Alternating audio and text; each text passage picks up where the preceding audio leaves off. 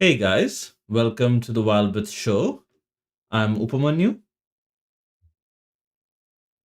and Meghna is here, but I think she's facing some technical difficulties. And like as usual, we've got a great show planned for you. So the headline topic for today is interesting. We've named it Puma in the City, and we would be talking to a researcher who is basically researching about pumas in the city. And then the other few topics we'll try to cover as much as possible before our interview. But we have a,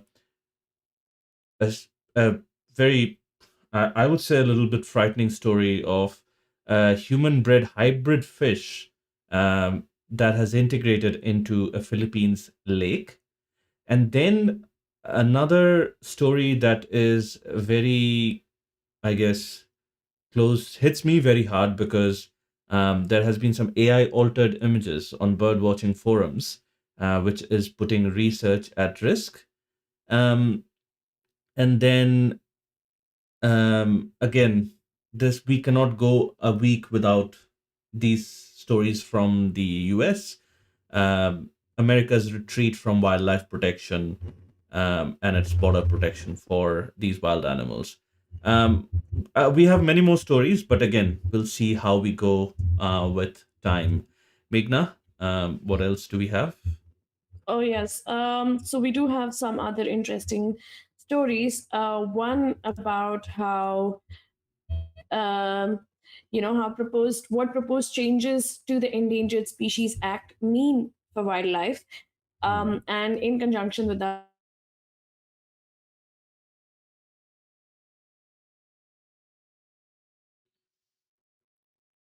if that would be possible, and a report that reveals Cambodia's appetite for tigers, rhinos, and other endangered wildlife.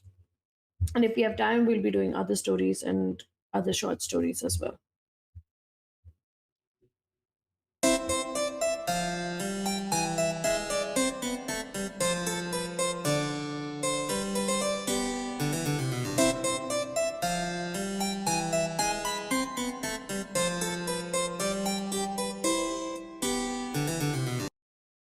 All right.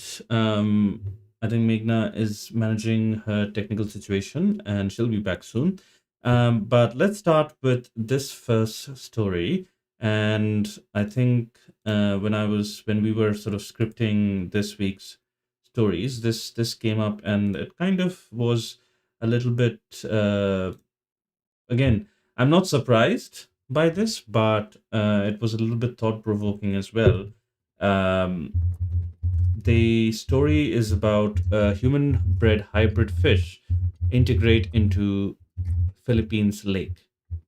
Um, Flowerhorn cichlids, I think that's how it's pronounced, prized ornamental aquarium fish with bright gold coloring and prominent head humps have recently escaped into Lake Sampaloc in the Philippines, raising serious biodiversity concerns.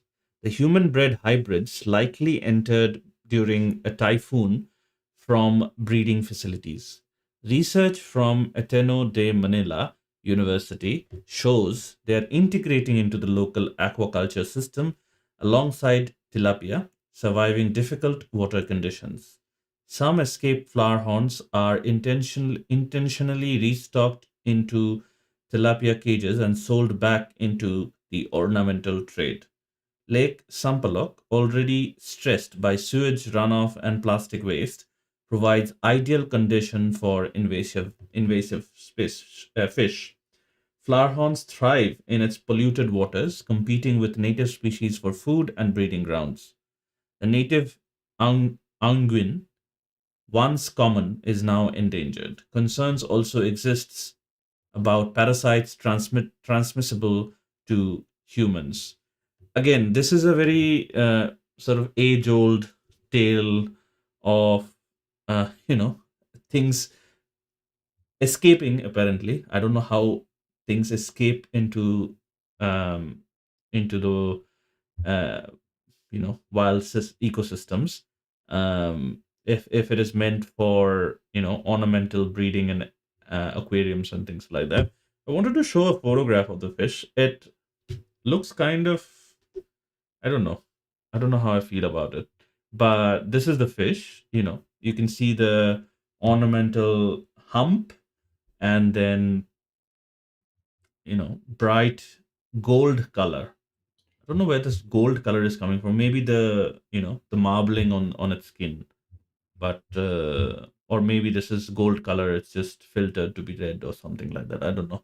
But yeah, this is an aquarium fish, not meant for the wild. Again, if it were in the wild, as the report says, it's competing with native fish and putting the native fish into um, nearing its extinction. Yeah.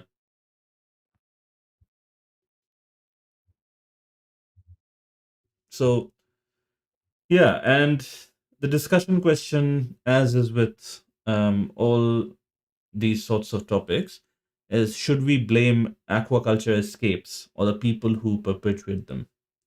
And I think from our perspective, the answer is clear. It has to be the people who are breeding this fish. Again, if there is a demand for this fish, there is really no way to stop it. And I feel like, again, in capitalism, the free market kind of takes its course, whether however hard we try to stop it. But then there needs to be the safeguards in place, to make sure that these kinds of incidents don't happen. Yeah, I think uh, this fish, for one, obviously it looks like it has a big brain because of its head hump. Yeah. um yeah, it looks like, whoa, I'm really intelligent. But yeah, but sadly, I mean, the fish is not asking to be released into whatever what is. The fish is not be asking to be kept in an aquarium. It's not the fish, it's us who's the problem, and then we blame the fish. It's really convenient for us to just blame the animal instead of our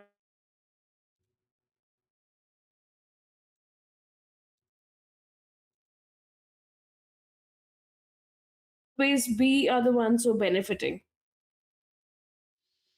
Yeah. Yeah, absolutely. I think this fish, or any kind of ornamental fish, exists because we there is a need for it. There's a demand for it, not need, but demand. Let's say, and people want these fishes apparently in their aquariums, and yeah, I think that's the primary reason why um, the breeders are breeding it. Um, so there's this researcher, Dr. Noel Juvigny Kenafo, a lecturer in aquatic environmental science at the University of Stirling, who was not involved in the research, noted that climate change may also intensify the problem. Quote, climate change may alter where aquaculture takes place and what species people are um, able to raise. So that's that. And then he goes on to say that that could mean production shifting between regions and more non native species being introduced into new places. End quote.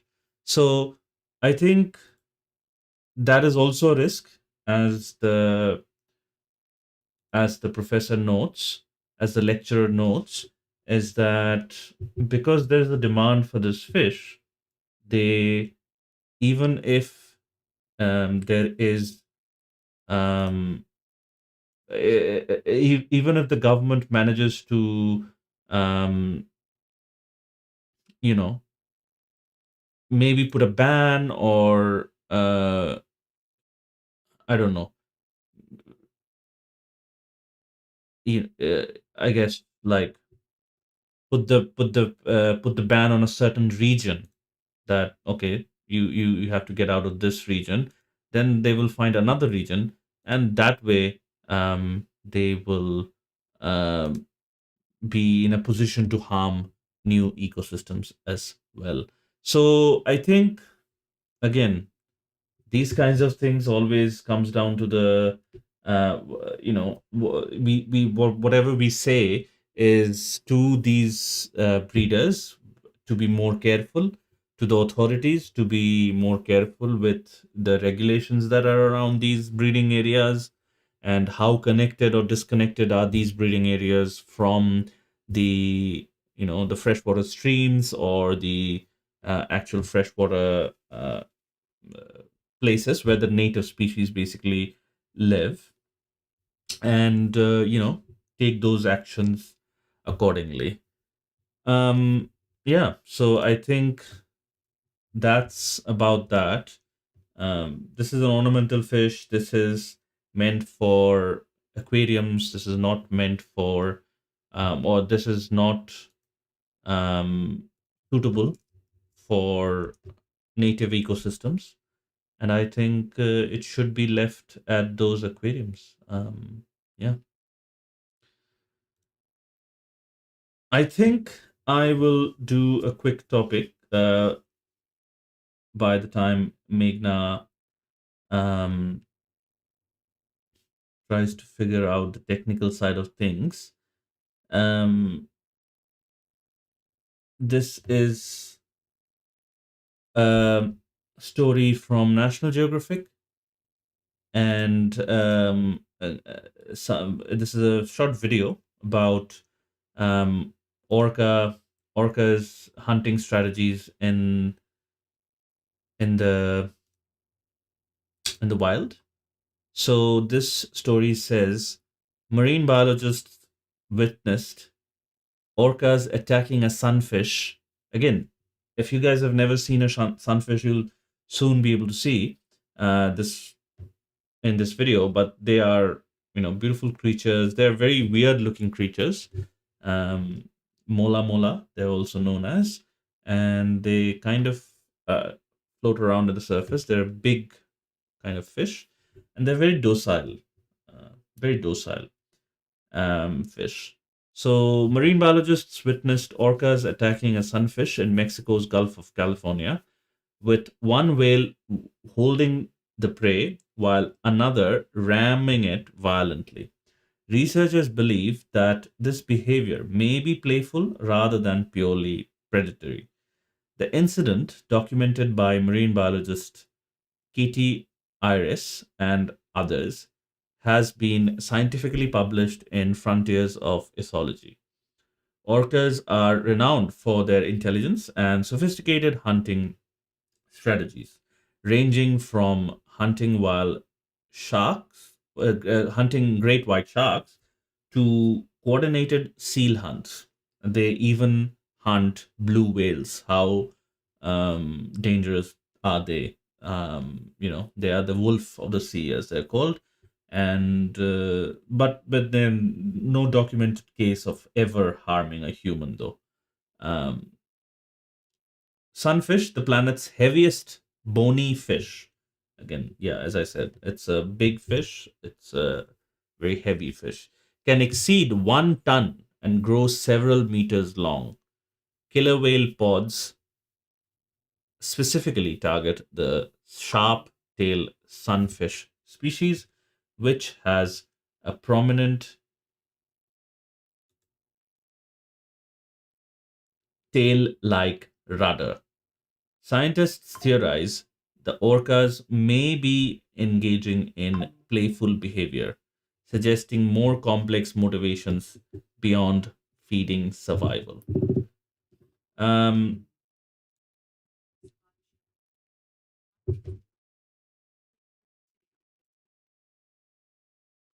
so I'll just play the video for you guys to see, and then yeah, that'll be that'll be that. And I think I'm just giving you guys an update on Meghna. Meghna is still trying to figure out technical side of things while I hold on to the um, the show. Just give me a moment to load up the video, and yeah, there it is. So yeah, this is it. The orcas,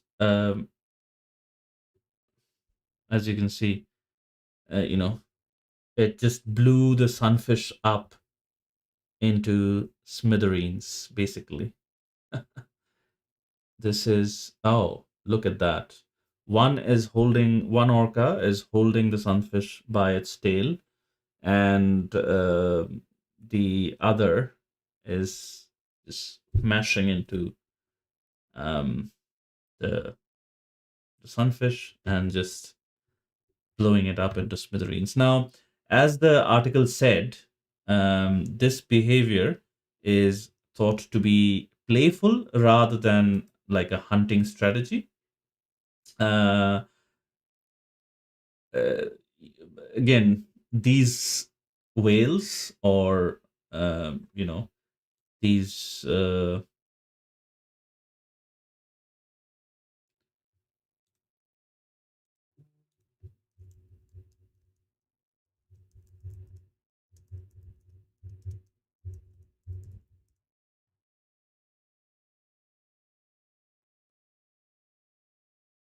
these whales, again, they are called killer whales, but they actually are like um you know more like dolphins, close to dolphins rather than sharks. If Meghna was here, it would have been an interesting conversation. Again, these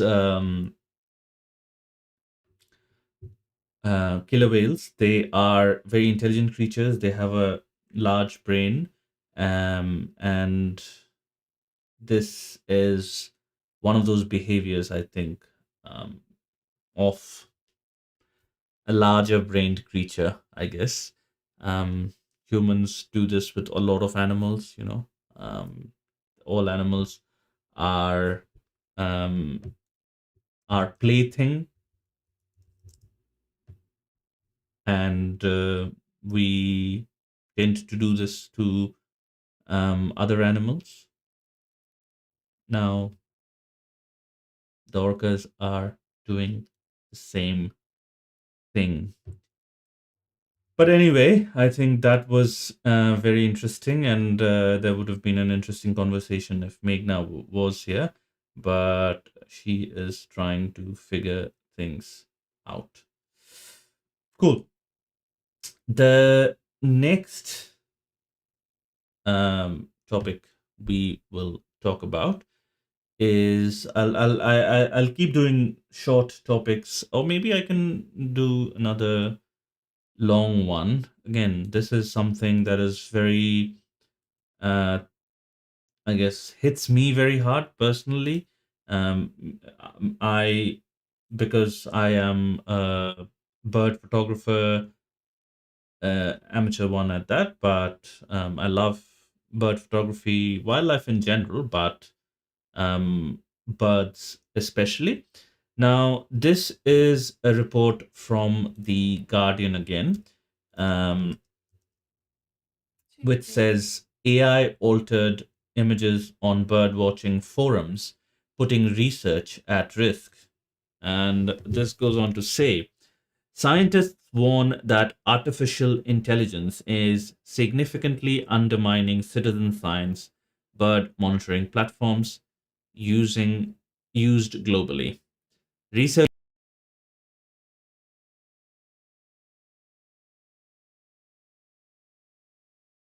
popular birding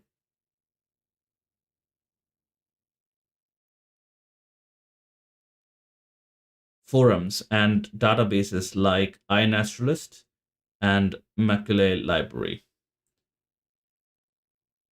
These crucial platforms track species habitat ranges for important scientific research.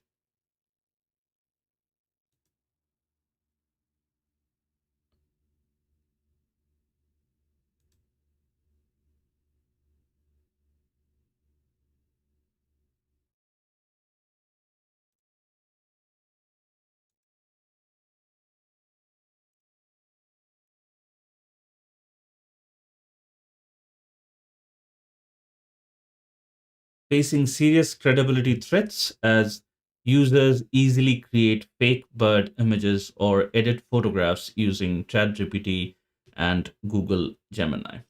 While hundreds of fraudulent images have already been detected online, researchers warn the true of scale remains unknown. Many fakes likely go undetected.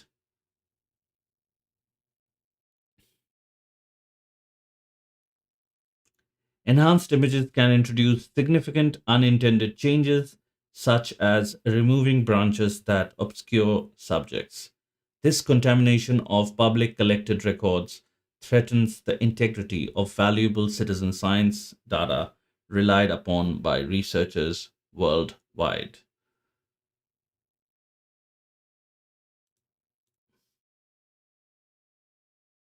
Okay, I think I will have to, um, I guess, we'll have to take a break in the stream just because the technical issues have gotten out of hand and I might need to focus in that area specifically. So we'll do a quick 5 minute break and then we'll be back again.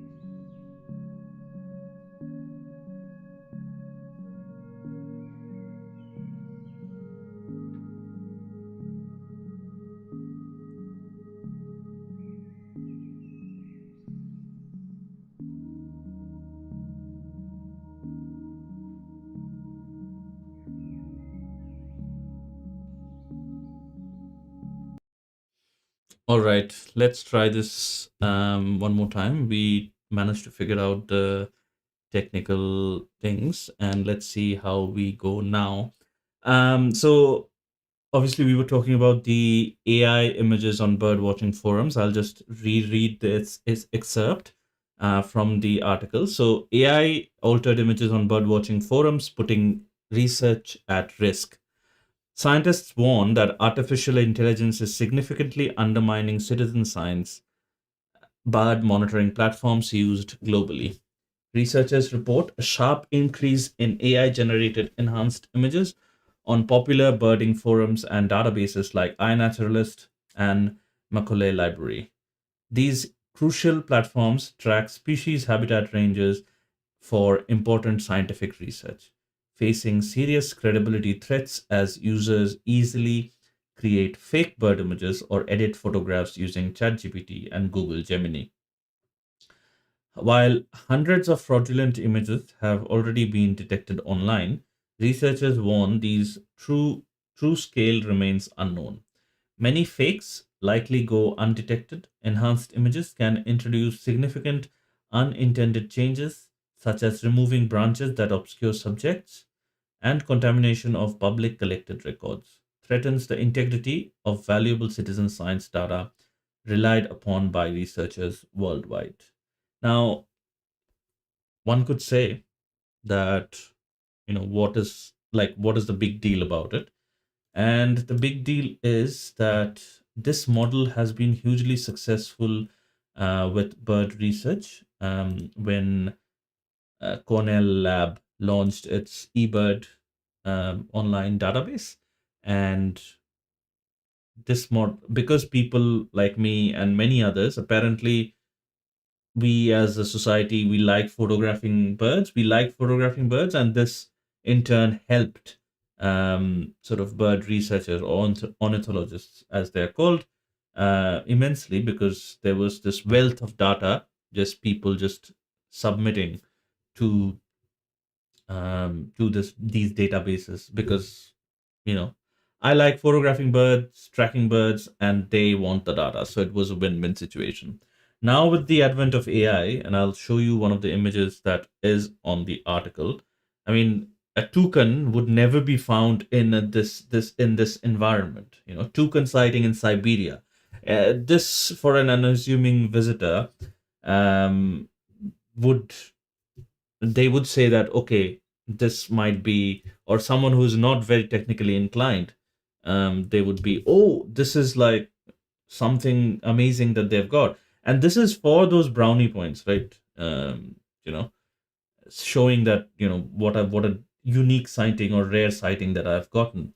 But this, you know if you can imagine, it greatly taints the data overall.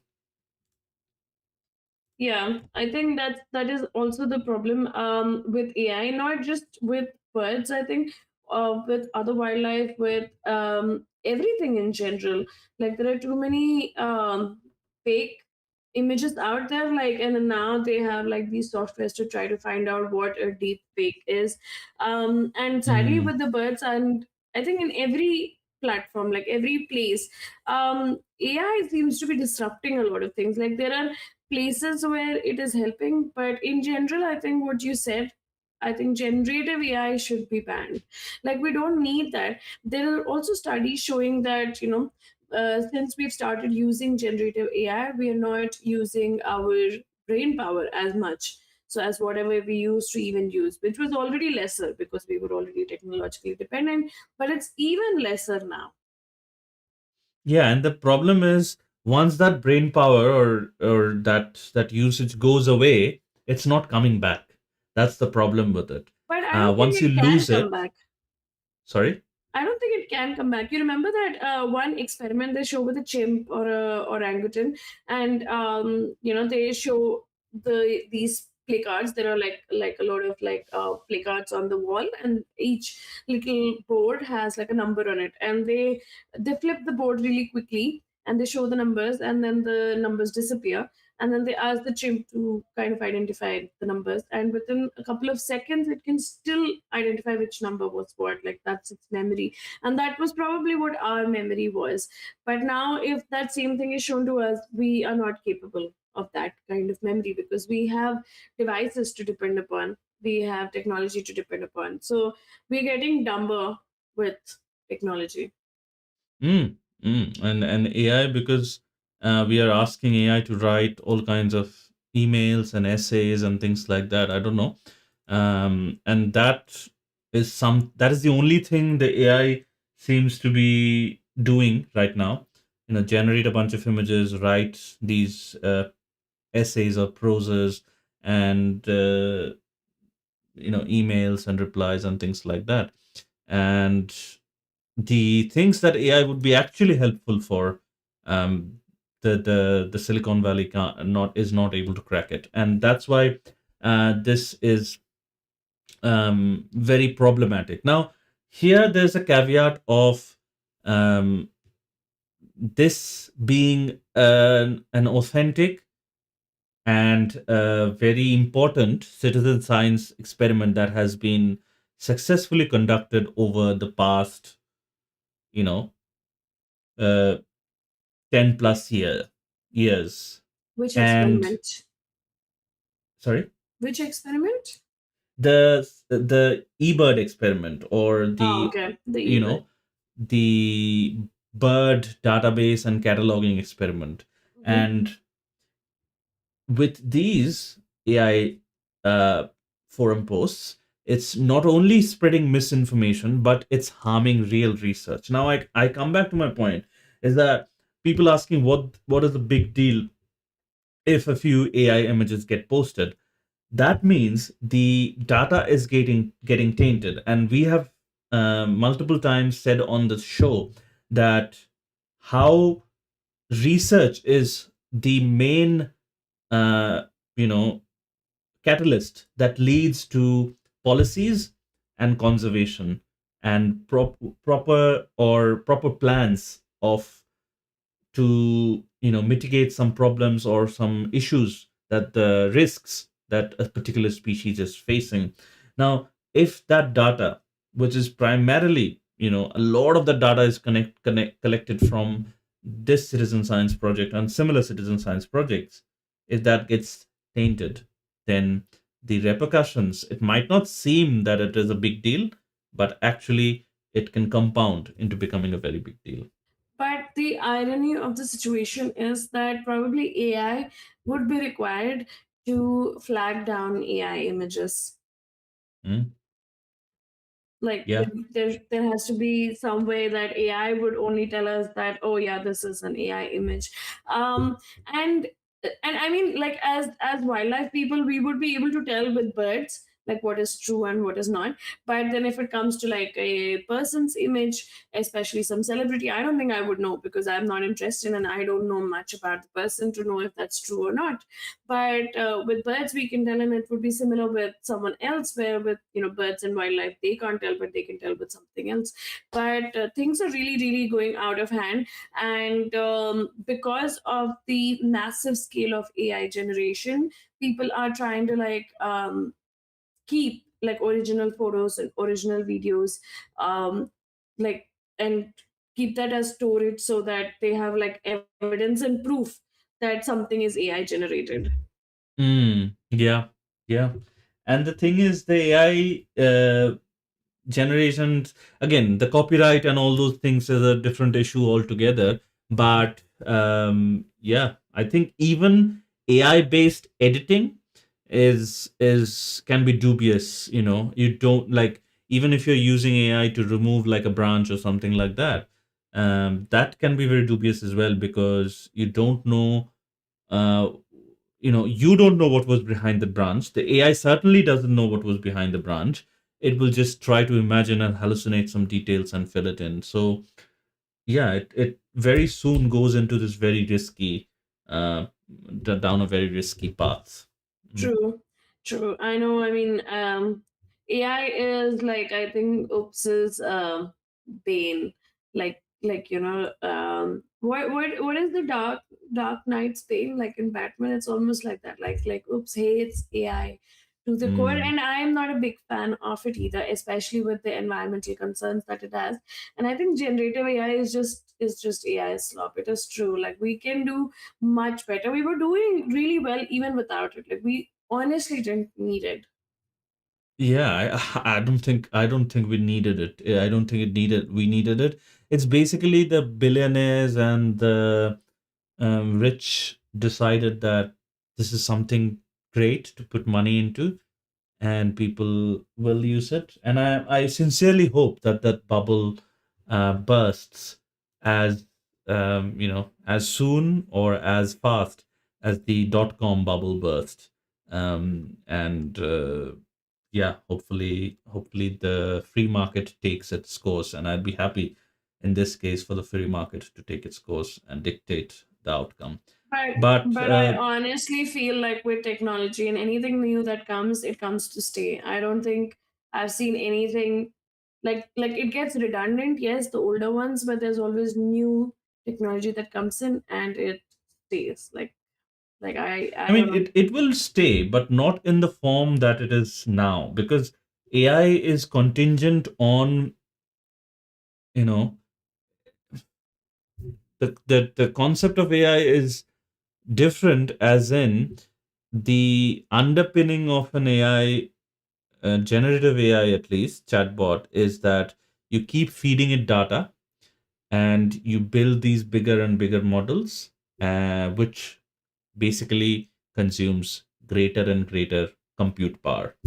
So unless someone figures out geniusly, you know, the proportion between those two things to be inverse, it will always bloat up and it will require constant investment.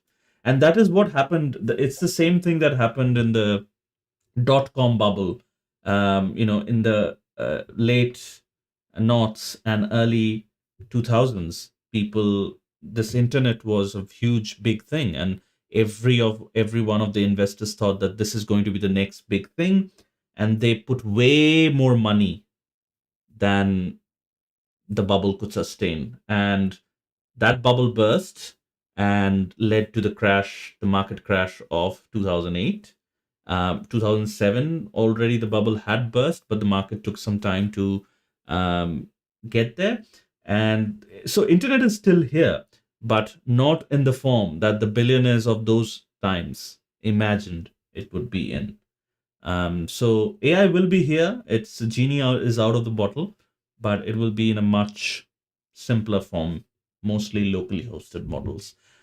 Again, I hope that is sooner rather than later. Cool. Let's But see how that happens.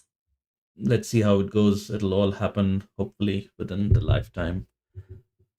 Um, Our Okay, what do we have next? yeah. Um, there has been a change in the Endangered Species Act. So, what Mm, does this proposed change mean for wildlife? The Endangered Species Act, which has successfully recovered many iconic American species like bald eagles since 1973, faces significant changes under the Trump administration.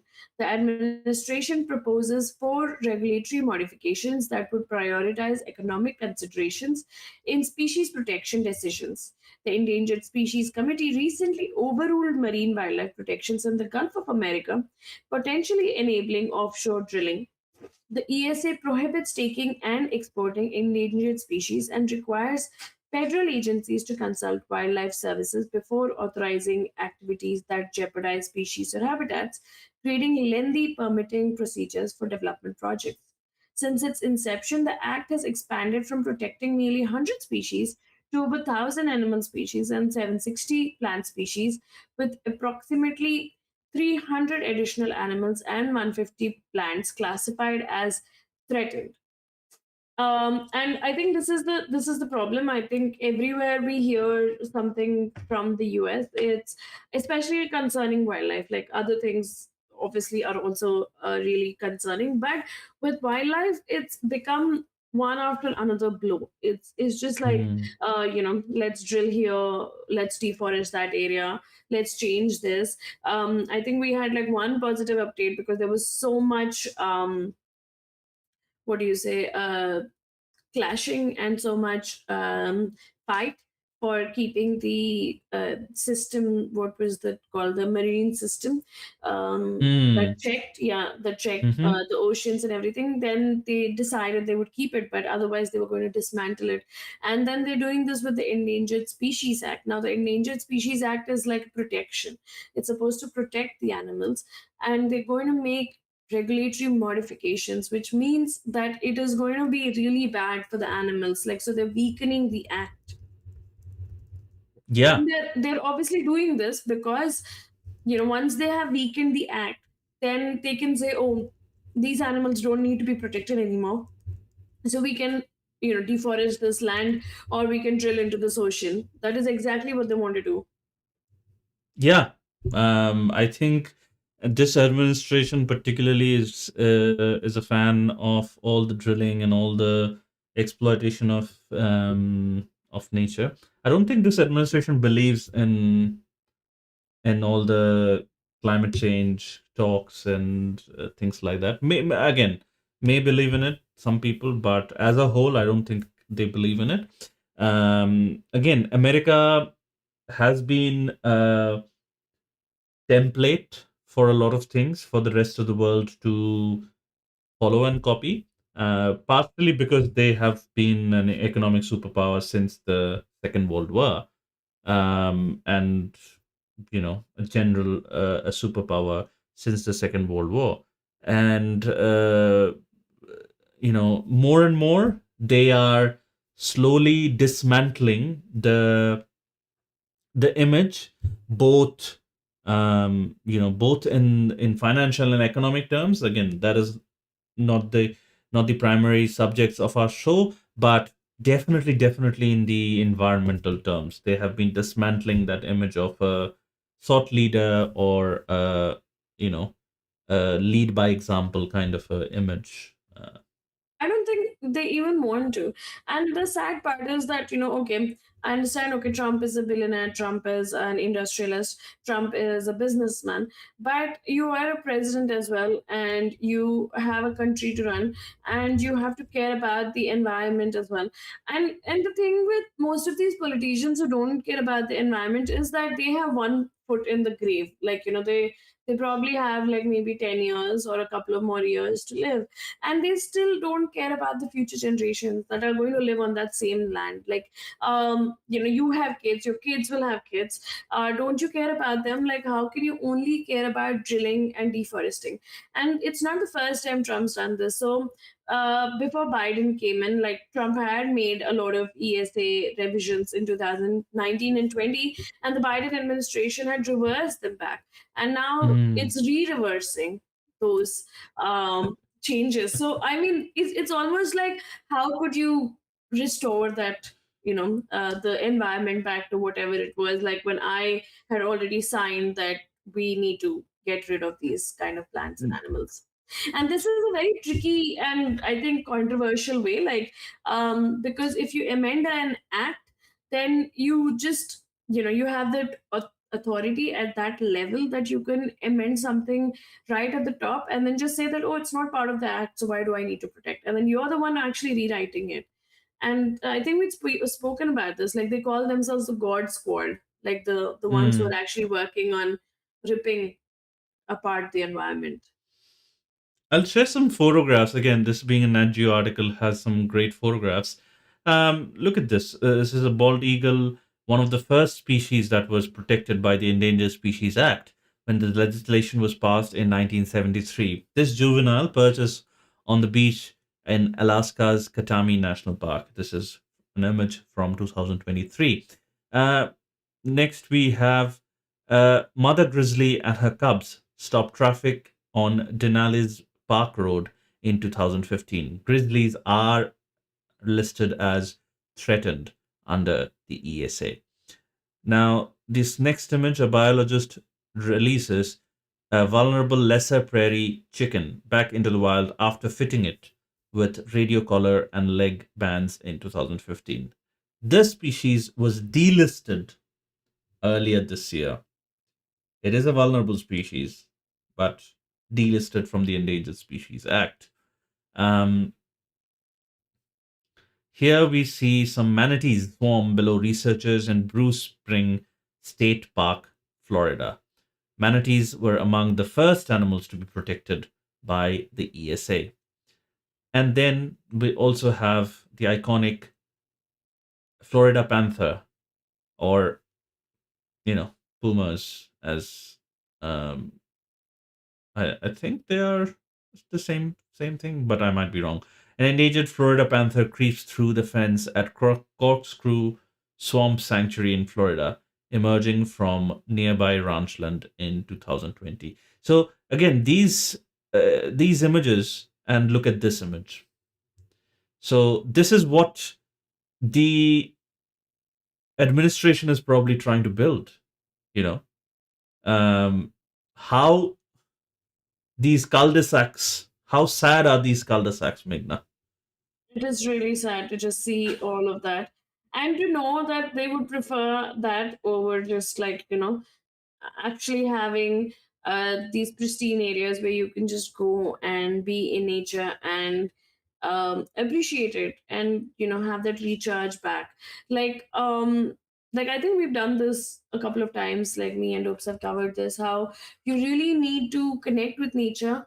And for every hour that you spend in the green, your brain resets or rewires and you feel happier and you feel calmer. And with all this, deforestation and industrial development or any other development, we grow more and more away from it, and that is actually really sad. It's not just sad for the wildlife because we're not protecting it, it's sad for us because we do need nature to survive. Nature probably doesn't Yes. need us. Nature probably Mm. can just shake us off, like I don't know if you saw this one video. Like there's this woman who has made a video saying, I can't use the word, but the earth is not in a great place. Okay, like it's the Mm. the word that starts with, Mm-hmm. yeah. But the earth is not in a great place, and then it says that, um, and then she shows these papers, and then she says that we are the ones, we are not in a great place. The earth is fine, like the earth's gone through 5 mass extinctions. Ours will be the sixth. We are the ones who are destroying, but the earth will go on, there'll be no problem. So we are the bad case of flu right now, and we have to stop getting worse, or the earth will actually shake us off as bacteria. Mm. Yeah. Um, that is very sad to even think about. This image again, I forgot to read the caption. It says a new neighborhood in Orlando cuts into historic panther habitat as seen in 2019. So this is, as Meghna said, the God Squad, and they call themselves the God Squad. We did a full episode story on that, and it is it is sad that these beautiful creatures, um, because of political, um, let me use the word political aversion, or political, not turning an eye towards them. They are um, facing the threats that they are facing now. Again, as I said, the US has been um, some one of the first countries to constitute the idea of a national park. Yellowstone National Park was the first national park in the world, and they have been sort of leading in that area, but now they are just walking back on all these different things. And who does this benefit? Like, if a species habitat is declared as non-critical, then these businessmen are just free to go there and drill, baby drill, as they say, or do something else, deforest that area, or build these horrible looking cul-de-sacs. And yeah, it's terrible. Yeah, that's yeah, we can't really do anything much about it. Maybe like US will finally um not give them majority this November when it has its Yes, the you know the midterms. yeah, the midterms. And hopefully with that, like there'll be some jolt of reality for Trump. And I don't know if that means like a reversal for the wildlife or reversal of decisions for the environment. But in general, yeah, any other administration is better than this administration in protecting wildlife. Like I don't care in general. I do care like in general how the president is, but I mean we care more about how that person's approach is towards the environment and wildlife in particular. Mm, mm. Um, Yeah, I think we discussed this a lot more about these cul-de-sacs and neighborhoods cutting through forest areas, preserved areas in our interview with the guest as well. Meghna, since you were out for some time, did you want to do another story before we do our guest segment? Um, Sure, sure, we can do that. Um, let's just do one quick update before I do another mm, story. So we have actually an update from Marineland, and you would know that we've been covering this topic from almost like 6 to 8 months. mm, Yeah, and we still don't know. So it says world's biggest marine mammal rescue begins in Canada as 30 beluga whales are relocated from shuttered Marineland after euthanasia fears.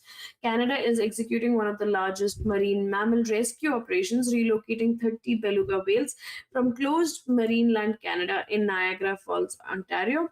The operation began after the park's September 2024 closure due to animal welfare concerns and funding shortages. And so, September 2024, it's almost a whole 2 years, like 2 years of the closure due to welfare concerns and funding shortages. mm. And it's still been 2 years of these belugas staying in the same marine land and being, I don't know, fed what or how they're being even taken care of. Fearing euthanasia, 6 belugas have been transported to accredited US aquariums following extensive veterinary assessments.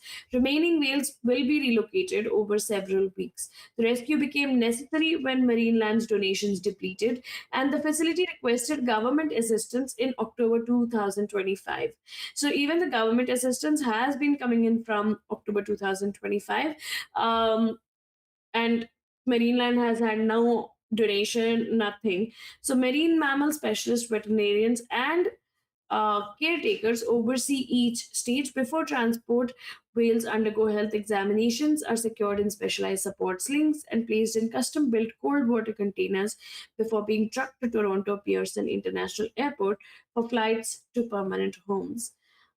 Here's to hoping that most of these whales actually make it to their new homes Mm. and do not die in the transit or get so stressed that they die later because of this movement.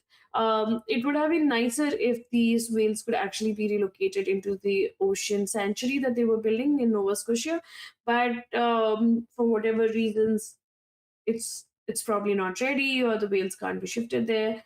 But hopefully these belugas survive because this has been a long, long journey for them as well, and hopefully this we have updates from their new homes on how they're doing. Yeah, I was just sharing a photo of how the belugas are, loaded Transported. onto the slings. So this is the sling that they're loaded onto. Obviously, this will be put into some kind of a water body, I believe. But these creatures are very intelligent creatures, so I believe they would be able to sort of survive the transport, similar to how humans are. But unfortunately, as Meghna said, they have to fly on a plane and they can't be just go through ground transport. So yeah, we'll keep following this story and report back if any other updates show up. Yep.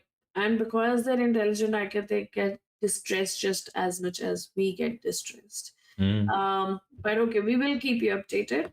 Heading on to the next topic, is I'm trying to see if I want to do something. um, negative or positive? Because we always have a dearth of positive stories. Okay, we'll do this one story, which actually is marked for oops, but I'll do it. It says Hmm. zero roadkill as Amazon canopy bridges secure 15,000 crossings. Project Reconnector installed 8 rope bridges in a Brazilian municipality to reconnect fragmented forest habitats. A 15-month study using camera traps documented thousands of arboreal animals adapting to these aerial crossings, which enable seed dispersal and genetic diversity, effectively reversing biodiversity loss from highway fragmentation. Created by biologist Fernanda Abra, a National Geographic explorer and Whitley Award winner, the innovative low cost solution is expanding to other Brazilian biomes and neighboring Suriname. The project directly addresses critical wildlife roadkill crisis in Espirito Santo. Critically endangered buffy-headed marmosets, only 2,500 remain, are frequently struck by vehicles. Near Alta Floresta in Mato Grosso, roadkill cases ceased after the 2024 canopy bridge installation, demonstrating the bridge's effectiveness in protecting wildlife and preserving habitat connectivity. And the great part is, I think these animals were just waiting for like a canopy bridge. Because Mm. of the lack of a canopy bridge, they were forced to cross these highways on foot or by running, and that created a risk for them, and that is how there were so many roadkill. So I mean, amazing work that Fernanda Abra has done, and it's amazing for a couple of reasons. One, obviously, there's lesser roadkill, but this also means that there is more genetic diversity now, and Mm. because fragmented populations are able to meet each other, and also there is more seed dispersal because a lot of these animals, through their poop, they would disperse seeds. So now there's like more area for seed dispersal, which is amazing, I think. Yeah, I just wanted to share some photos. Again, look at that. The you know the monkey feels at home there, and they can wrap their tails around, and they can cross these bridges. This is the native sort of this is a native way that they travel and um, you know interact with the canopy in general. So I think we covered this story as as a headline topic a few months back. Yeah, this is the installation that is going on of canopy bridges. Again, very simple to implement, but has a very long lasting impact. Here, I think one of the canopy bridges. Some people might be familiar with these kinds of things in an adventure camp of sorts and things like that. But here you can see a marmoset, the Schindler's marmoset crossing this bridge. Again, this is very second nature to them. No, it's a Um, Schneider. oh, Schneider. Schneider. Oh, Yeah. yes, Schneider. That is true. And then there is the titi monkey. Um, you know, again, they are crossing. Again, there are different types of bridges, I think, for different species. So each species is using a different type of bridge. Here you can see this is the biologist Fernanda Abra, founder of Reconnecta. And yeah, this is the aerial image of those bridges and things like that. One question that does come to mind looking at this photo, this is an awful lot of plastic and you know synthetic rope that is being used. I don't know if there are any natural fibers. Like at least in India, I know the coconut fiber is largely very popular uh, as ropes. Yeah, I but I think the thing, I think, like, if these are sturdy enough and they are going to be there for a long time and they don't need to be changed for a long time, then it's great. Like, even if they're not very environment friendly, because they are anyway environment friendly, they're helping the environment. And then if their disposal or their recycling can be done just as well, then it would be great. So, but I think, they're making sturdy materials just so that they don't have to keep repairing it all the time. Like, I understand that coconut fiber and other, bamboo and other things are equally Mm, sturdy, but then it has to be the bioavailability there, one. And secondly, it depends. Like, you have to make it really strong. Like any bamboo or coconut thing also has to be like wired in such a way that it's strong enough and it doesn't break. So, because monkeys can dangle, monkeys can play around. So, I think the stronger the better. yeah, yeah. Um, yeah, if there is such a way to integrate like natural things into these kinds of bio bridges, um, that would be beautiful. But this is the next best or kind of the best solution there. And again, from the looks of it, it seems relatively lower cost to implement and relatively unobtrusive to human day to day. So, kudos to the biologist to actually go through with this. As always, we'll try and get her on the show if we can, Get her speak, on the show. yeah, speak more about this project. But yeah, I think it's a great initiative. Yeah, it's an amazing initiative, and we love to do stories like this. Mm-hmm. We might actually have time for one more story. Um, yeah, I mean, we can do it. Okay, go ahead. Um, let's see. Let's see. You can do So, one. Yeah. oh, this one is interesting. The shark one, or then there's the. Yeah, I know. I gave you stories that you like. So this says these scientists want to create a shark forecast for your next beach trip. Shark sightings have increased dramatically along Southern California's coast in recent decades. Biologist Douglas Macaulay noticed fins near beaches where he takes his children. A shark, a stark contrast to his childhood when shark sightings made news. In 2020, Macaulay launched Shark Eye, a research program counting and categorizing white sharks, sending daily forecasts to beachgoers about shark activity near Santa Barbara's Padaro Beach. Multiple US research groups now attempt to predict shark locations and timing along the coast. Shark populations rebounded since the mid 1990s due to conservation laws, again, things that the current administration is trying to repeal, and warming ocean temperatures. Simultaneously, coastal recreation has increased. Scientists predict an especially active shark season due to El Nino conditions. Macaulay emphasizes that better information about shark behavior is crucial for safety. Now, yes, safety for both us and the sharks, as we have pointed out before. But this is again a space where AI, so called AI, again, people seem to associate AI with just ChatGPT. That is not AI.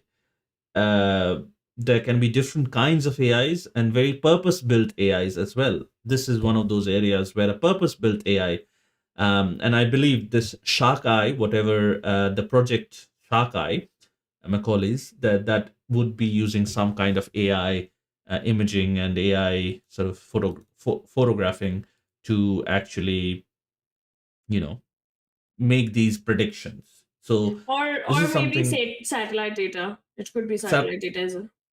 Satellite data, I don't think sharks would be visible on images, but if there are like geotags or something like that, Maybe. then Maybe Maybe geotags, or maybe there are like drones being sent out. There has to be something, because the white sharks have been categorized, which means that each individual white shark has been mapped, and then there are daily forecasts sent. So there has to be some kind of tagging for counting and categorizing them. The good part about this is that if you're already telling beachgoers about the shark activity, then they can choose to be careful. Like, even the lifeguards and others can warn if the sharks are mm-hmm. too close. And El Nino, because of the El Nino, obviously there is more active sharks, because there's more warmth. There's more fish being sent into those areas where it's warmer, and the sharks are coming after the fish or the seals or any other wildlife. So this is great, because once, if you want the people and nothing happens to the people, then they don't have a problem with the sharks. So it's a win-win situation for everyone, because the sharks are not demonized and the people can be safe. And I mean, at the end of the day, it is the shark's home. Like, the ocean is the shark's home, not our home. We go I in, mean, on borrowed time, but we can't prioritize ourselves over the shark. So this is a good way of how the sharks are prioritized.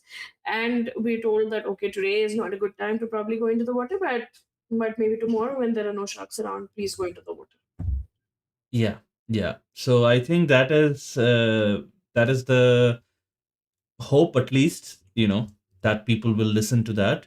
And I think these kinds of access is, um, I guess, very important as well, um, to people who might be new to that area and then might not know about these kinds of, uh, I guess, shark attacks, if you will, and they might go into that thinking they would have a great day, and then just have a tragic accident, and that's tragic both for the shark and the human being.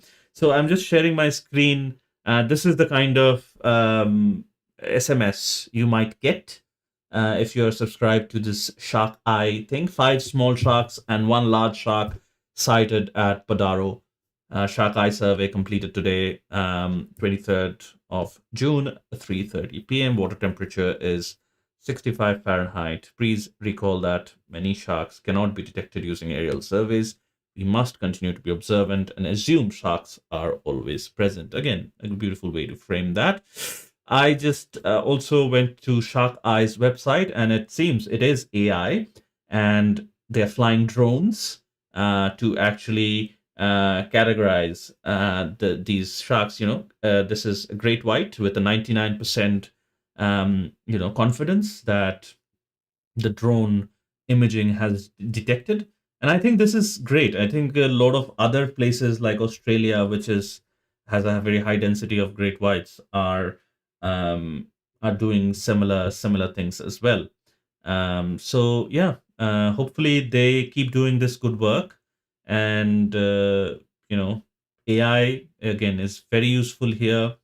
They can just fly the drone a couple of times, and the AI will process all that footage and send out the signals, or SMS accordingly. So yeah, this is the drone survey area, and people can sign up for text notifications. And I think once this system is um, advanced enough and has some more funding, there can come a situation where you're just receiving those alerts like you receive like phone alerts whenever you are in the area, right? It could be uh, True, true. because people might And not know to subscribe to this particular service or things like that.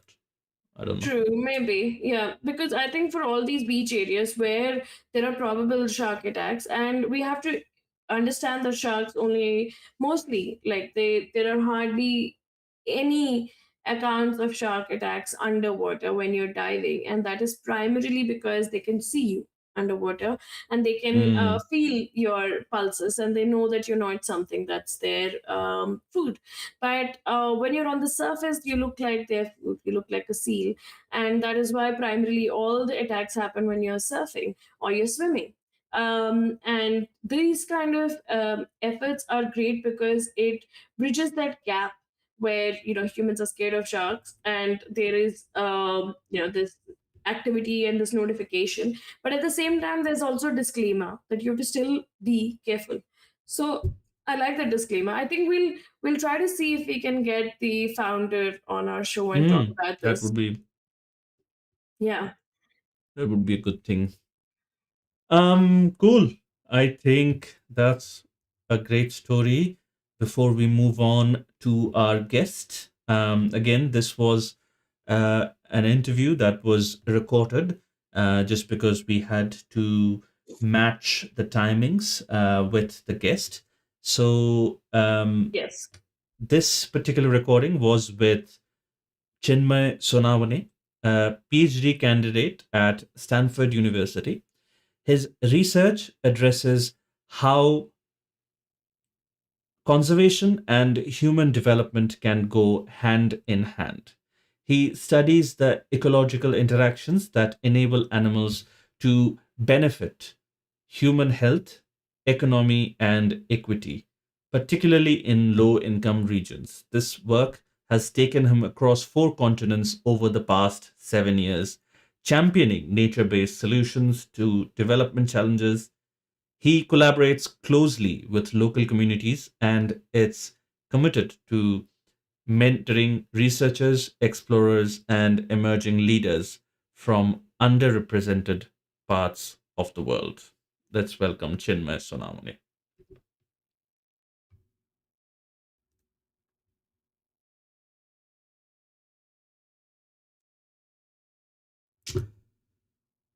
Hi, Chinmay. Welcome to the Wildbit Show, and thank you very much for making the time to join us. Thank you very much for having me. I appreciate being on the show. Cool.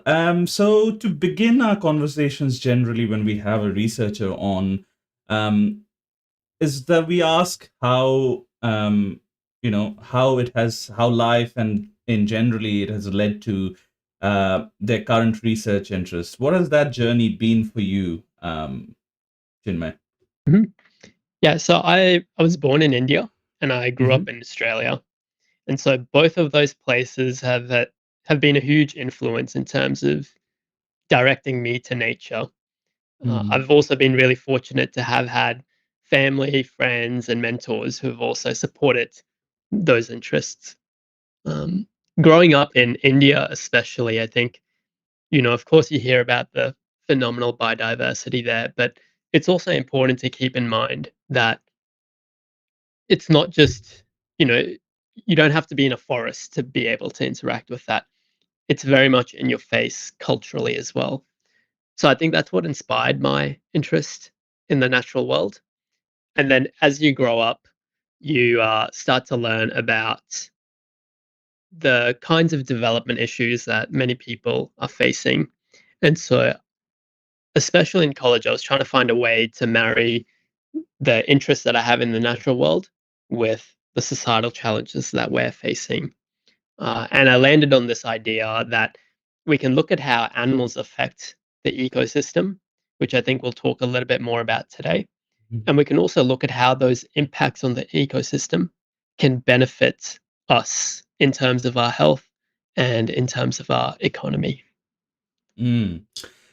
That's a good segue to the next question that we have. Is that when it comes to your own area of research, you've focused more on the sort of effect of animals and how they interact with the ecosystems and Mhm. predators in specifically.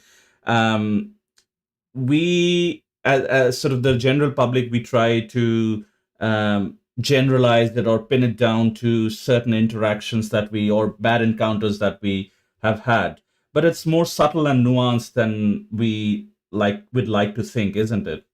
Absolutely. I think the sort of interactions that we either face ourselves or see in the headlines is X animal has damaged X property, or this animal has killed this number of people. It's often these negative interactions, which, to be quite honest, if you're a farmer in a place like India and you've lost your crops to elephants or you've lost your livestock to leopards, it is very confronting and it hurts a lot.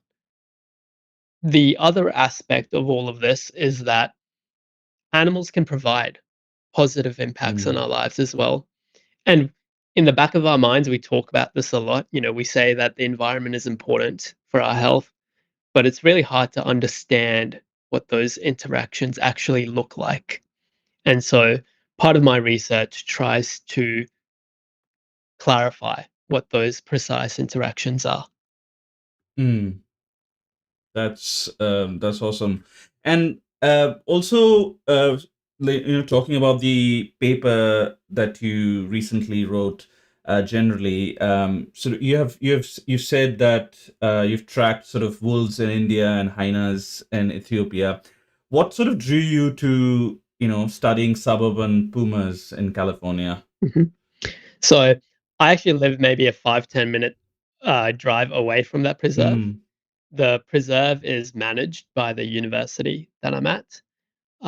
So I took some of my intro classes there as well, and my advisor teaches a class called a class on the ecology and the natural history of the preserve, where you learn about, of course, the plants and the animals there. You learn about the soils, the climate research that's going on, but you also learn about the human history of that specific place, from indigenous peoples to more colonial times to the current day and age, where it's a protected preserve. So that class, it inspired me a little in terms of thinking about what sort of interactions could be occurring. mm, mm. And like this term has been on the media as well quite recently, when talking about climate change, etc. And your paper sort of deals with this as well. For us and our viewers who might not be familiar, could you sort of explain the concept of a trophic cascade? Yeah, the easiest way that I like to think about it is that it's a domino effect in a food web. Okay, so the word trophic refers to food or eating, and then the Mm, cascade part is the domino effect. And so when you construct a food web, you might have these big predators at the top, you might have herbivores in the middle, and then you have plants at the bottom. And so the domino effect goes from the predator to the herbivore, and then that affects the herbivory impacts on the plants. So that's what a trophic cascade looks like. right, right. Um, so again, going a little bit into the paper, um, how do you presume, and you've said in the paper that you don't, that there has been no clear evidence, but what's your thoughts on how the mountain lions sort of started showing up in the Jasper Ridge Preserve? Because it, Mhm. it, it is sort of a suburban preserve. It is in the middle of a, I would say, densely populated human habitat. So what's your thoughts on that?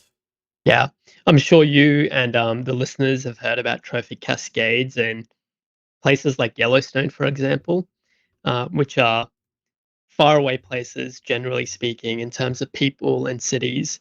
So it's extraordinary that we're seeing something here, you know, in an urban or suburban sort of Mm, context. Uh, the important thing to keep in mind is that it is connected to a large wilderness area, which is the Santa Cruz Mountains. Uh, what we're thinking is that mountain lions are frequenting the preserve more often from the Santa Cruz Mountains. mm, Especially in the early years, we were seeing mothers with cubs on the camera images, and so they might have found this spot as a safe sort of refuge to raise their kids, and so that might have led to the uptick in the activity of mountain lions or pumas in the preserve itself. mm. That's quite interesting. So, because is that, do you think, could that be because they are facing more pressures in the wider sort of national Mhm. park area or something along those lines, or could it be Yeah, something else? yeah, I think you're hitting the nail perfectly here in terms of These are again just guesses that we have. Mm, Um, the people who live uh, closer to the Santa Cruz Mountains have talked about how farmers near those regions are um, might not be as supportive as for mountain lion conservation. So perhaps um, hunting or any sort of mm, adverse interaction between people and mountain lions that might be pushing mountain lions um, to mm. this side of the mountains. Again, it's all very unclear as to why they're coming. That's still a mystery that needs to be solved. It could just be random chance that you know, some of these mountain lions found the preserve and they're now starting to use it more frequently. Right.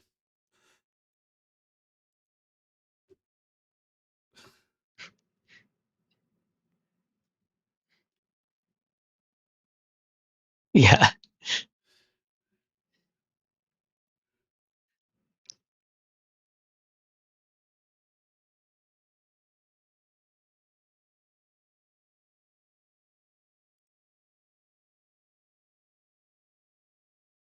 Compare it to the what? Sorry. Hmm. Yes. So the point that we're really trying to highlight in this paper is exactly that. These trophic cascades don't have to be in places that are completely divorced from people. They can Mm. happen right amongst us if we take care and manage these urban and suburban preserves, even the small ones, really well. Of course, there's a whole debate, as I'm sure you have seen, around whether trophic cascades can even exist. Uh, and so there's certainly much more work to be done on that front.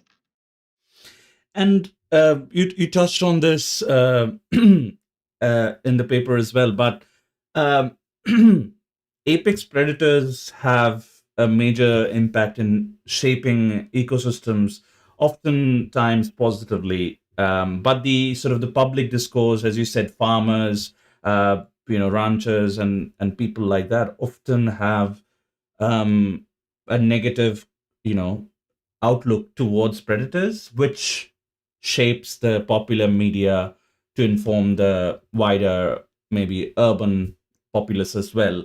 So, you know, maybe you can tell us, like, how do non-scientists or who are not familiar with these sort of interactions, predator-prey interactions and predator ecosystem interaction, how do they reconcile with that idea of the predators living amongst, humans, or maybe having that positive impact or not Mhm. shooting them, etc. It's a fair question, and I also want to emphasize that it's very fair for these farmers to Mm, feel the way that they are. It's a huge loss on their impact, on their livelihoods, and it's often difficult for certainly me to imagine what that impact even looks like, given that I've never been in that particular mm, situation. The approach that we're trying is that uh, these animals, of course, have these costs that come with them. We want to show that there are also benefits that hopefully outweigh those costs. Okay, so in this study in mm, particular, we're just looking at how animal mountain lions affect other wild animals. We can also start to look at how they might affect people directly, as well as livestock as well. So we're doing some other work to show that because predators are hunting wild herbivores, that might reduce disease spillover to livestock, which then mm, creates an economic benefit for farmers. We don't know if that benefit offsets the cost of them losing livestock directly from depredation, but hopefully we can find examples of that happening out in the world.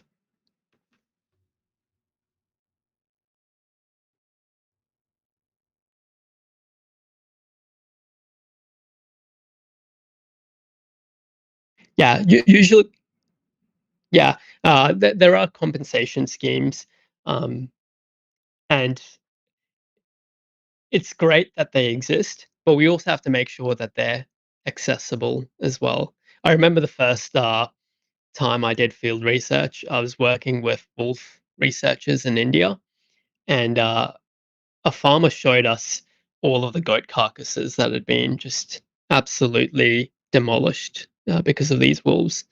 And he knew about the compensation schemes, but there are very high barriers to actually accessing them. One, you need someone to come out and inspect the damage that was done. Two, you also need to be able to attribute it to wolves.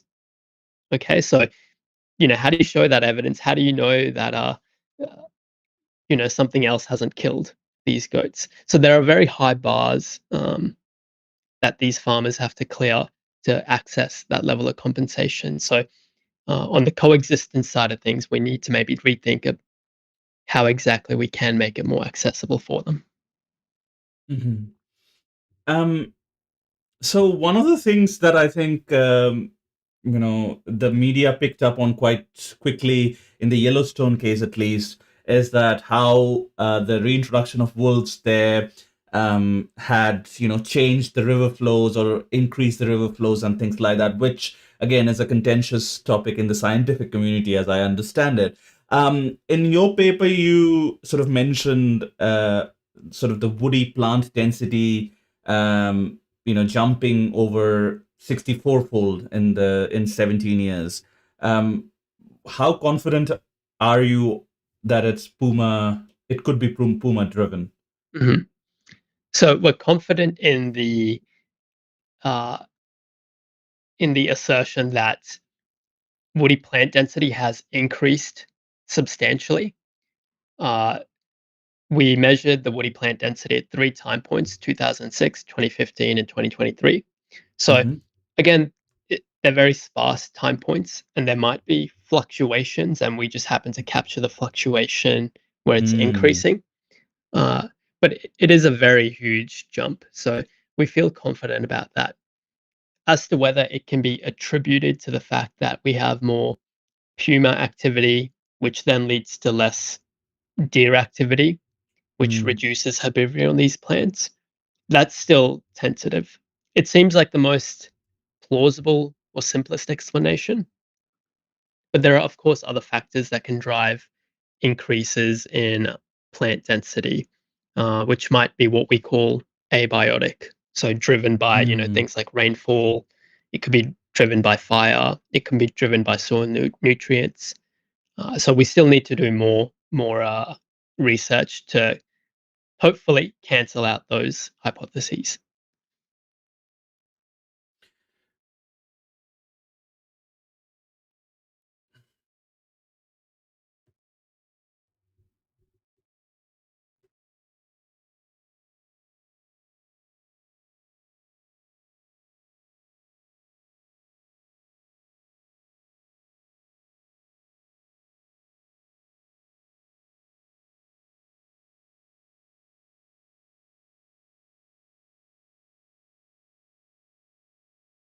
Yeah, that's a very good question, and leads to some of the research that my advisor, my PhD advisor, does. He looks at plants and particularly what allows plants to thrive or not thrive. What we're finding at the preserve specifically is that we see, when you walk in, you'll see a lot of these big, magnificent oak trees. Okay, and it's very easy to get caught up in that because they're absolutely beautiful. But if you look closer at the ground, you'll notice the absence of smaller oak trees, the baby oak trees. What that means is once these big oak trees die, they might not be replaced by Mm. smaller plants. He's doing a lot of research to show what might be driving that. One of the important factors looks like it's the deer.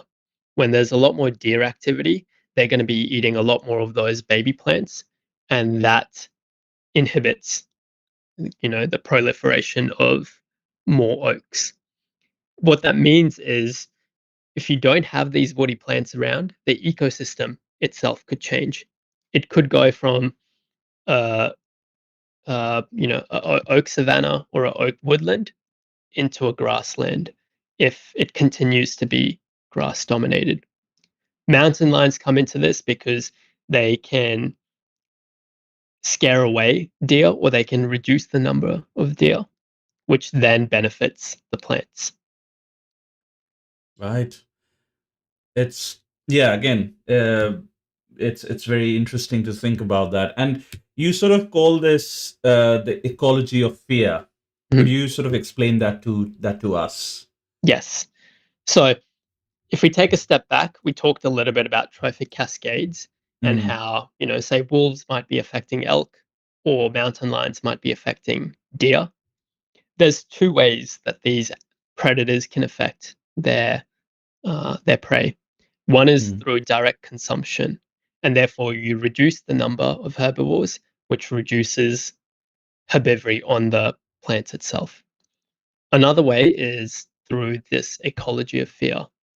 So there are studies that show that even the mere presence of predators can be enough to scare away herbivores. Okay. And sometimes the fear effect is stronger than the consumption effect. So that is another indirect pathway by which predators can affect their prey, simply through this fear that prey have of their predator. mm, yeah. And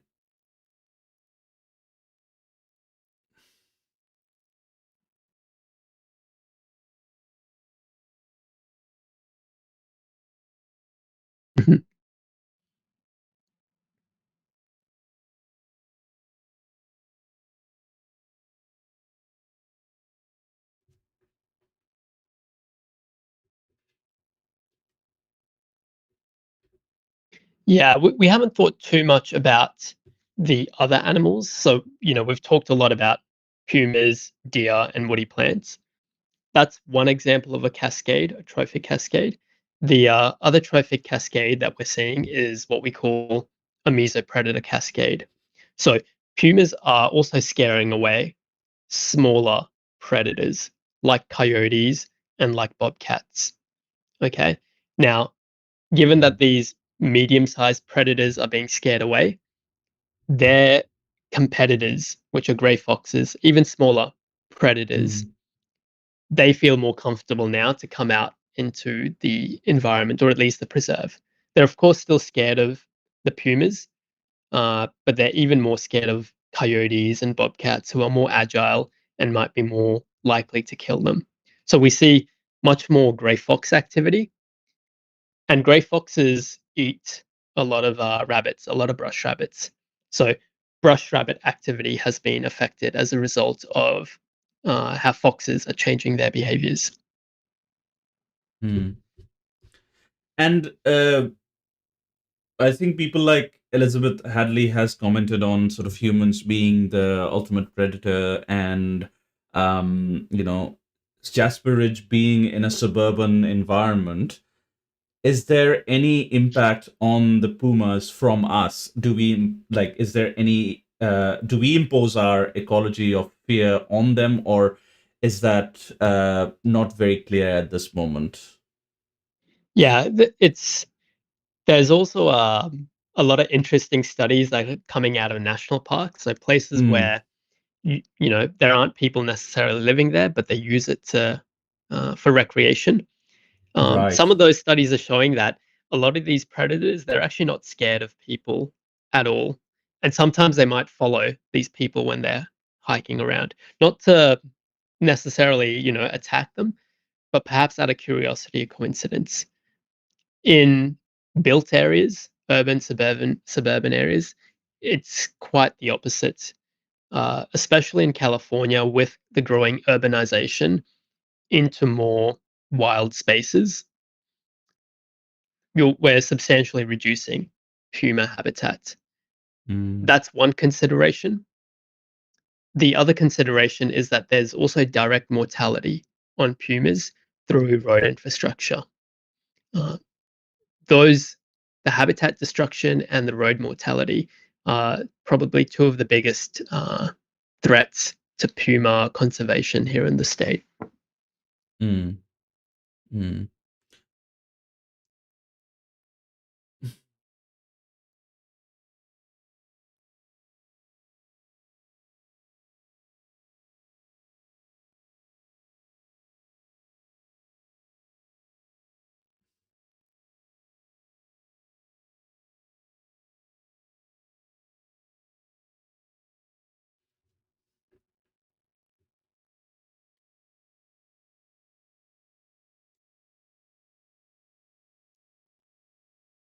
Yeah, so the work in India and Nepal has been it's very urgent just given the density of people and animals. And it's probably one of the frontier places where we can learn about road ecology.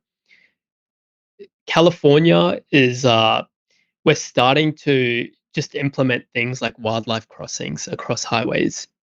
Mm, So there's still a lot more that needs to be done. A lot of it is just simply because we need to know how roads are affecting animals. We know that they kill animals. We know that they also harm and kill people as well in these accidents. If we can try and start to quantify this even better, get better data, we can then start to think about interventions. But certainly, I imagine places like India are really at the forefront of all of this, just given how urgent it is. And I know there's a number of people working on this over there. mm, mm. And I'll ask a more a sort of a overarching question, just for us and our views to understand it. Researchers like Tim Coulson has researched and spoken about like how evolution and ecology are interlinked, specifically when it comes to predators. Things like smaller prey animals growing larger, but also larger prey animals in absence of predators growing smaller. Things like that.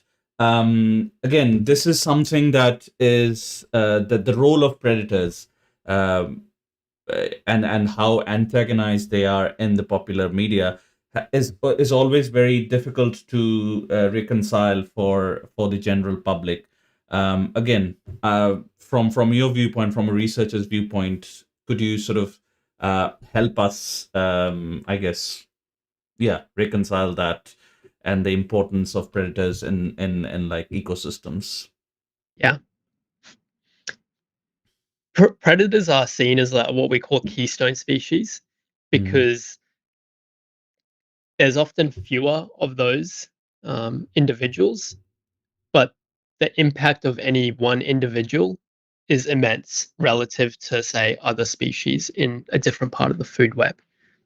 That's why they're so important and conserving every single one of them. Of course, we have to think very critically about the costs and benefits. Um, right now, we're just thinking mainly about what's the best place to conserve them in mm, terms of uh, habitat availability. We might want to reconcile that with also, of course, where do people live? And then also, where are these animals going to derive the most impact, the most benefits for the ecosystem and for people as well? So we have to make sure that the way that we're doing conservation is also beneficial for the ecosystem more broadly as well. mm.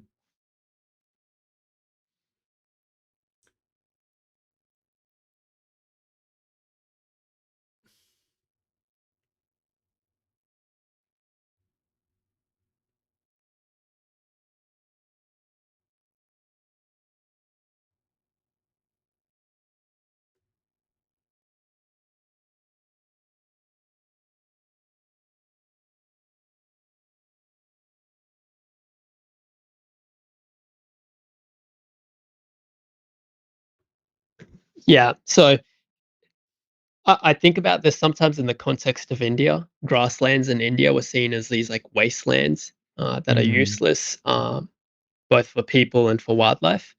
And sometimes small preserves in the US and across the world more broadly might have that imagery in the sense that they might not be as useful as large wilderness areas like Yellowstone. We sort of want to debunk that idea here with the study because something like 80% of preserves in the US are smaller than Jasper Ridge, smaller than 5 square kilometers. And about a third of them are close to urban or suburban areas. So that's a huge chunk of protected areas that are small and suburban or urban in nature. And we want to show that they are worth preserving and worth valuing. Our study shows that if you can ensure that these small preserves are managed well and connected to Mm. the large wilderness areas, they can hold a lot of value and they can still retain some of those ecological functions that animals provide, even the large ones like pumas. Mm. I think you mentioned the word connected, Mhm. and how the pumas in Jasper Ridge were could have been displaced or moved through those connected corridors, from a bigger area. So wanted to go a little bit more into detail about the importance of these sort of wildlife connection corridors or wildlife connections, and how it impacts the movement of these predators. Um, yeah. Yeah, it's a increasingly important topic at the moment because perhaps in the past we were focused on more just increasing the size of protected areas, which is also Mm, important. You want strong source populations. Now, you can run into problems if those source populations are just stuck in that area. You lose that genetic diversity. But if you can start to find ways to connect all of these big areas together, then you can have genetic flow. Animals can disperse and they can share genes around. And that then makes them more resilient to change, including changes that we might directly impose on them through land use change or the way through climate change, for example. If we're indirectly affecting climate, they can be better adapted to that. I think this is sort of becoming the overarching theme of what we've discussed here that whether it's in California, whether it's in India, whether it's in other parts of the world that are rapidly urbanizing, we want to make sure that these animals have habitats and that there are ways for them to be connected across these populations. One way to do them is to have small preserves that serve as refuge as they're dispersing. mm. And how connected is in context of California, if I may ask, how connected are these preserves currently, like, or how fragmented is the scene? If you can give us an idea on that. Yeah. So they appear pretty fragmented at this stage. I've only focused within this broader region of the Bay Area, the Santa Cruz Mountains. From my understanding, the preserve that we work at, there are pathways for mountain lions or pumas to go back and forth. It's not ideal, but they can traverse through the suburbs at night, for example. And a lot of Mm, animals are very, they can adapt to that. The mm, sort of connectivity that we're really talking about is how can the population of mountain lions in the Santa Cruz Mountains be connected to another wilderness area 100 kilometers away? Okay. ah, And so for those, we really need to make sure that there are areas of refuge that they can stop at. And especially going back to the road ecology topic, there are huge highways that separate mm, these places. How do we ensure that they're able to cross the very highly traversed roads, especially even the roads that are active at night? How can they safely cross these barriers? Those are the fundamental issues that are facing areas that are rapidly expanding. mm.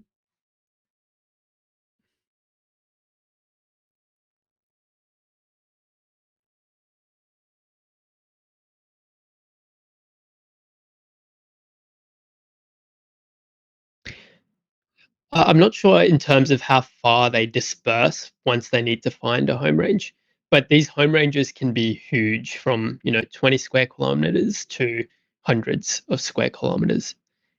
If for a lot of predators, it's largely dictated by the prey availability. So if you have a lot of prey in a particular area, then they might choose to have a smaller area because they know they don't have to search as hard. For places where there isn't that much prey, a predator might need a larger home range in order to make sure that it has enough to eat. Hmm. And you sort of mentioned the highway system, or impacting the movement of these predators. One of the solutions I think a lot of countries have started to implement are wildlife sort of corridors, uh, or like passes, underpasses, or Mhm. overpasses and things like that. What's but that doing that work, doing that side of conservation, obviously takes a lot of investment from the taxpayer money and things Yeah. like that. So how do the public think about that, and what's your sort of I guess input on that conversation from academic or researcher standpoint? Yeah. So there's two fronts on that. The first is, as you mentioned, it's a huge investment for the taxpayer. Mm. And we have to also realize that there are other interests here as well. I mean, there are a whole heap of issues that face society today. And Mm. to the everyday person, it might not seem like the best use of, say, $100 million, $1 billion, to build a overpass to Mm. help a group of animals. Okay, there might be better ways that we could be spending that money. That might be the Right. perspective of Yeah. uh, people. So one aspect of it is understanding why animals are important to us, especially our health, our economy, and then being able to communicate that in order to motivate that investment in those um, crossings. The other aspect of it could also be thinking about other ways that we enable animals to cross these places. So, my undergrad advisor, Neil Carter, has also looked at things like, can we limit the flow of traffic at particular times of the day so that animals are less likely to be hit? I know he's particularly thought about this in terms of places in Nepal, for example. Can we limit trucking activity during the night when animals are most likely to cross roads, or even just slow down the speeds at particular times of the day? That, of course, has a impact on trade, on economy, on our everyday lives. Perhaps that's a smaller cost than Mm. spending money to build passes. So perhaps we need to think about more novel solutions to uh, road crossings as well. Yeah, that's a great perspective. That's a great perspective. And like humans are, like, we as a species, we are famously not very comfortable or very good at living with predators in general, and you touched on that multiple times throughout the conversation. um, what's your thoughts, again, from a academic and researcher standpoint, of how we can begin to change that perception? Is that through research? Is that through maybe TV programs or other things like that? How do we go about doing that? What's your thoughts on that? Yeah, I'm sure there are ways to do particular research or communicate better. The one thing that I will mention, because maybe it's not talked about as much, is tapping into our cultural beliefs of these animals as Mm. well. So one example of this I have is in Ethiopia. We were studying how hyenas consume carcass waste at night in a particular town, and as a result, they reduce disease in people. Okay, there's less uh, cow carcasses, goat carcasses, chicken carcasses on the street. Okay, so there's a public health benefit to these animals, and we can certainly communicate benefits like these better. But also, the people in this particular town, they also tolerate hyenas coming into their town at night. During the daytime, they're in a forest hidden away. At nighttime, when there's less people, they come in and eat the carcass waste. One of the reasons that I read about was there's a belief that if you leave someone who's passed away, you leave their body out, a Mm. hyena might, once it consumes that body, it carries that body over to the afterlife. And so, for those sort of cultural reasons, this is maybe why predators like hyenas are being tolerated. Some of these, I would argue that some of these cultural beliefs are also derived from the benefits that these animals provide. So perhaps evolutionarily, we realize that we don't want dead human bodies or animal bodies lying around. So we'd rather have them removed from a Mm. public health perspective. As a result of that, there might have been this cultural belief that started in order to encourage the removal of all of these bodies. Does that make sense? Yeah. Yeah. Yeah. I think that's really interesting because I think a lot of cultural beliefs run in India as well, like Mhm, Bagoba and Ari colony, because Bagoba is the leopard god, so there's more tolerance for the leopards that frequent that area. And similarly, in Koppal region in India, there are wolves, and people call them their mama. And sometimes mhm, they're happy when the wolves take some of their goats because I think they weed out the sick and the old mhm. goats, and they eventually end up with more goats. But these cultural beliefs kind of exist in developing countries more because they have that kind of culture and that kind of connection. But in Mhm. places like the US where that doesn't exist, how would that be fostered? Yeah, that's an interesting question.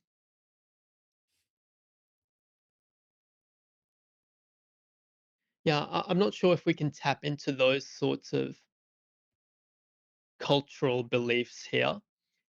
What I mean, the one huge advantage that a lot of countries like the US or New Zealand, Australia have is, well, actually, there's two. The first is that there's a lot of diversity of people from Mm. different parts of the world, and there might be an opportunity to share those cultural beliefs that people are coming in with.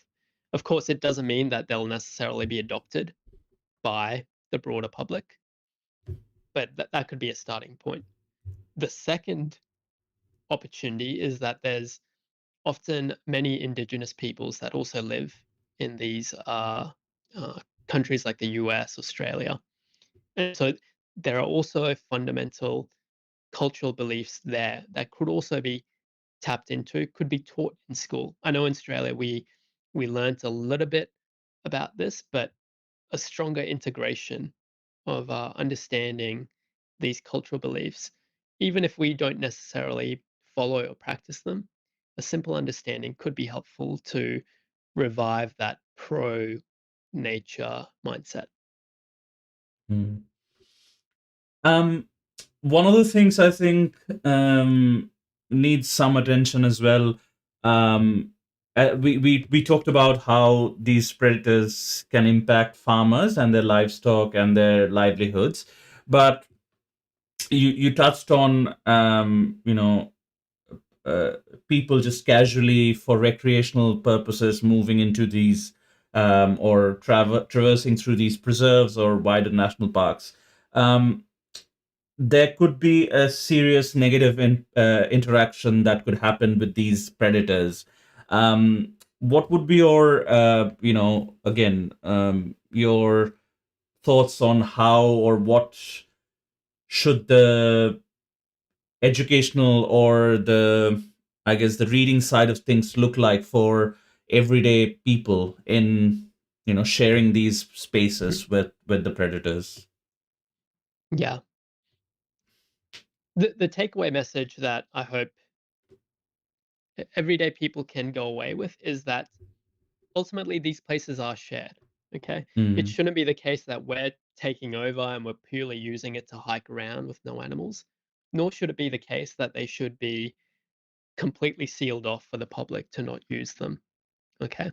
That Mm, latter strategy has been particularly devastating in many parts of the world. I know from the Indian context, many people have been moved out of tiger reserves, mm-hmm, people who live in those places and have called that place their home, and then mm-hmm, now been forced to find a new home. We want to avoid situations like that. Uh, what that means is we need to work out ways that we can coexist with these animals.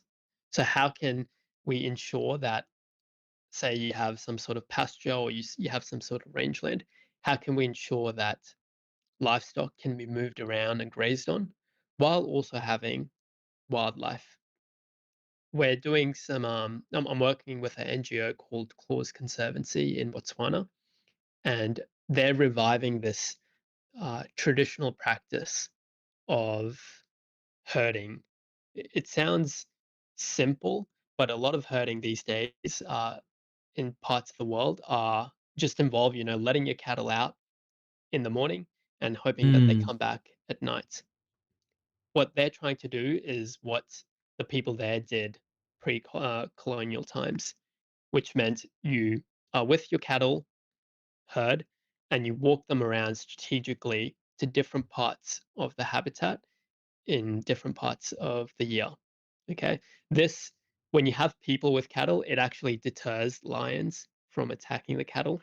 They're mm, frightened of people.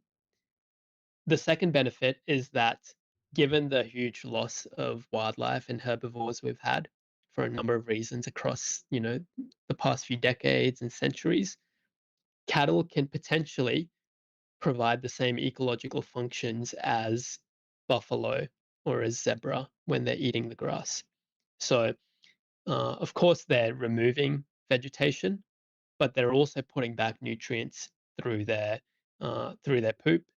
They're also disturbing the soils so that there might be more water, more air, more nutrients going into them. So we can try and replicate some of the benefits that wildlife have given through livestock as well. That's just one example of how we can coexist with wildlife and with our livelihoods as well. So those are the sorts of ventures that we should be thinking more about, and they're going to be quite specific to each region that we look at. right. Um, this might be a little off topic, but I just wanted to know your thoughts. Lately a lot of these decisions that have been made in the US, now I don't want to be political, but generally are very anti-environment. um, do you struggle with those decisions? Like, does it affect where you are? um, like the current government that you have is very Mhm. anti-environment. I Okay. work more on the research side, so I think it impacts people who are directly applying the research into conservation. So I imagine for them, they have to uh, deal with the different policies that come and go much much more than I do. Okay. And what are your like future plans, like after this project, or Mhm. like, and what are your next projects? Yeah. So I, again, mainly study projects like this, but I'm particularly interested in how these effects cascade to people, especially in terms of benefits. So I mentioned the scavenger example of hyenas. Um, so we're doing similar sorts of work like that. I'm currently a PhD student, and I'll be graduating soon. So I'll also be applying to different jobs and uh, academic positions that would enable me to continue this kind of research. Mhm. I think that's brilliant. As you said, like predators are largely still misunderstood, whether be in developing nations or in developed nations. And we are not very good at living with them still. So I think the work Or that you're doing. or in the water. And they're in the water. Yeah.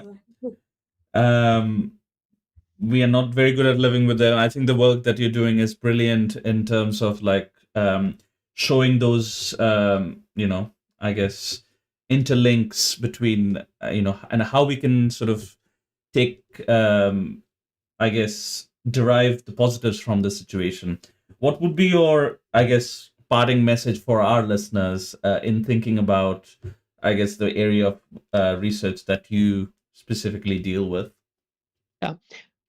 The key message is that we don't have to throw away human or economic development for the sake of Mm, conservation.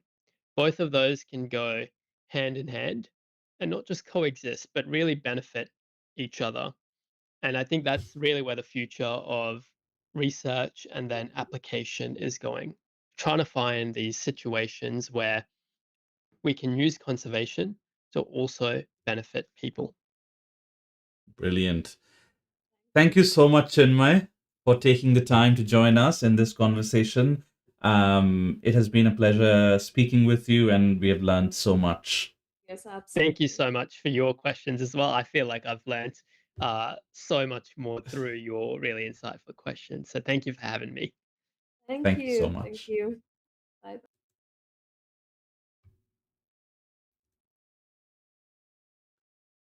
So I was just trying to remember the conversation we had. It has been almost like a week since we had that conversation with Chinmay.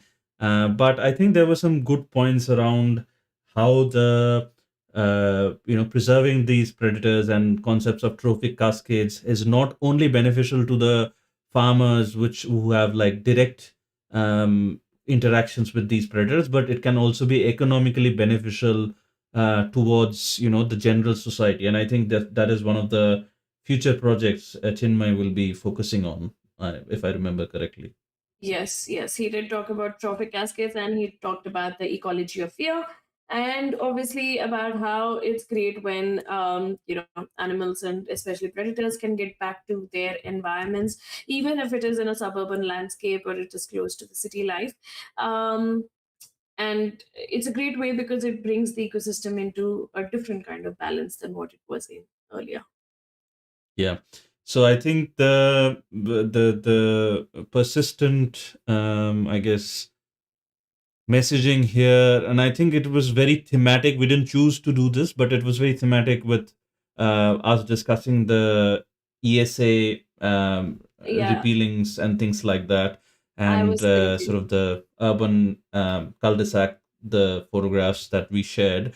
I think it was very thematic. Yeah, this was a great eye-opening interview for me in terms of, and I have been wanting to do this sort of a discussion or conversation around trophic cascades, and because we keep talking about how predators are the apex predators are one of the most important things to maintain the balance of an ecosystem. So yeah, this was very interesting conversation, and hopefully the government does not deprioritize these kinds of initiatives. Mm. Yeah, and I think I mean we learned a lot, especially with like the ecology of fear. I think that's something that we did Mm. not know.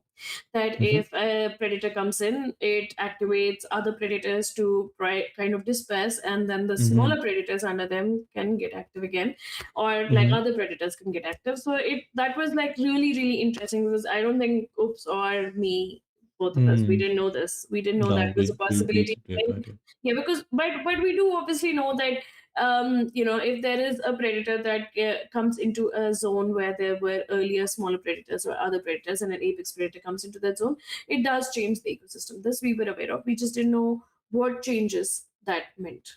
So that Yes. Chinmay told us about. Yes. And as usual, I think it's almost time to wrap up our show. Yeah. So obviously, I'm going to be asking you about what do you think about the changes in the Endangered Species Act and about what Chinmay spoke. That we have predators coming into these suburban landscapes. So, like, how comfortable are you with the changes in the ESA? What do you think is more important right now? Like, is it creating more roads and creating more infrastructure, or actually saving the environment and saving nature? And if you haven't, then I think, just go for like a 1 hour walk into nature, do a Shirin Yoku, which is like a forest bathing experience, Hmm. and tell us how you feel after that. Because if you still support the ESA changes after that, then there's a serious problem with you. But yeah, yes. Or a conversation needs to be had. But anyways, as always, do subscribe to our channels, and turn on the notifications if you want to receive all the new videos that we upload. We have been it has been 1 year since we started the show, and we have enjoyed some growth in the recorded episode space, particularly, but we're still to reach that point of critical mass in the video area at least. So do let us know what you think about it, and we are all on all the different social media platforms. So, and we go live everywhere all at once, so you can follow us anywhere, and you'll be able to catch us live on Sundays. And if you're listening to a recorded version of this podcast, then do consider sharing this with your friend, your family, someone who shares your views, someone who does not share your views, just to give them another perspective. And do consider leaving us a rating. Again, that helps with the reach.